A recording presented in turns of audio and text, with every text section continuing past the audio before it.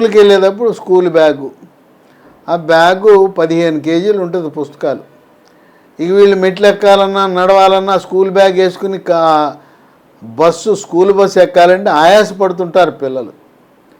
ఇంకోటి ఏంటంటే ఈ రోజున స్కూళ్ళలో ఆట స్థలాలు లేవు, ప్లే గ్రౌండ్స్ లేవు, వెళ్ళటం రావటం, అసలు ఆటలనేదే లేదు. కార్పొరేట్ స్కూళ్ళలో ఆటలు ఆడించే ఫిజికల్ ఎడ్యుకేషన్ టీచర్నే నియమించడం లేదు. నామకే వాస్తే ఒక సర్టిఫికేట్ పెట్టి ఉన్నాడు అనిపిస్తారు. ఈ విధంగా ఈ రోజున పిల్లలు తల్లిదండ్రుల మాట వినకుండా కూడా కొంతమంది ఉన్నారు. పాకెట్ మనీ అలవాటు చేస్తారు. ఈ పాకెట్ మనీతో స్కూల్కి వెళ్ళేటప్పుడు, స్కూల్కి వచ్చేటప్పుడు ఇక వాళ్ళ ఇష్టారాజ్యం. అసలు ఏం తినాలి పిల్లలు? మైదాతో చేసిన వస్తువులు, కొవ్వు అధికంగా ఉండే వస్తువులు తినకూడదు. Junk food, fried food, fast food అనేది అసలే తినకూడదు. ఏవి తింటే మంచిది? చిరుధాన్యాలతో చేసినవి ఏదైనా తినచ్చు. రాగి, జొన్న, సజ్జ, కొర్రలు, అరిగెలు, సామెలు, ఊదలు, వీటిని జావ రూపాన్ని తాగొచ్చు.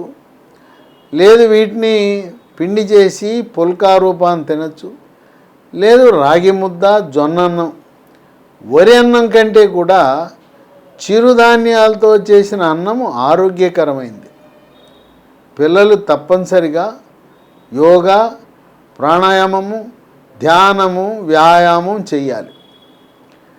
ఎండలో ఒక 15-20 నిమిషాలు నిలబడితే మనకు సమృద్ధిగా విటమిన్ డి వస్తుంది. పిల్లలు పుట్టినప్పటి నుంచి ఏసీ, ఇంట్లో ఏసీ, మళ్ళీ స్కూల్ బస్సుకి ఏసీ, లేదు కారులో వెళ్ళే వాళ్ళకి కారులో ఏసీ, స్కూల్లో ఏసీ, ఎక్కడ చూసినా ఏసీ ఉండి ఆ సూర్యరశ్మి అనేది వాళ్ళ శరీరం మీద పడకపోవటం వల్ల విటమిన్ డి అనేది లోపిస్తుంది. విటమిన్ డి లోపిస్తే రోగ నిరోధక శక్తి తగ్గుతుంది. ఎత్తు పెరగడానికి కూడా, ఎముక ఎదుగుదలలో కూడా లోపం కనపడుతుంది. మొలకలు తినాలి. పెసలు, శనగలు, బొబ్బర్లు నానబెట్టి మొలకలు వచ్చిన తర్వాత తినటం మంచిది.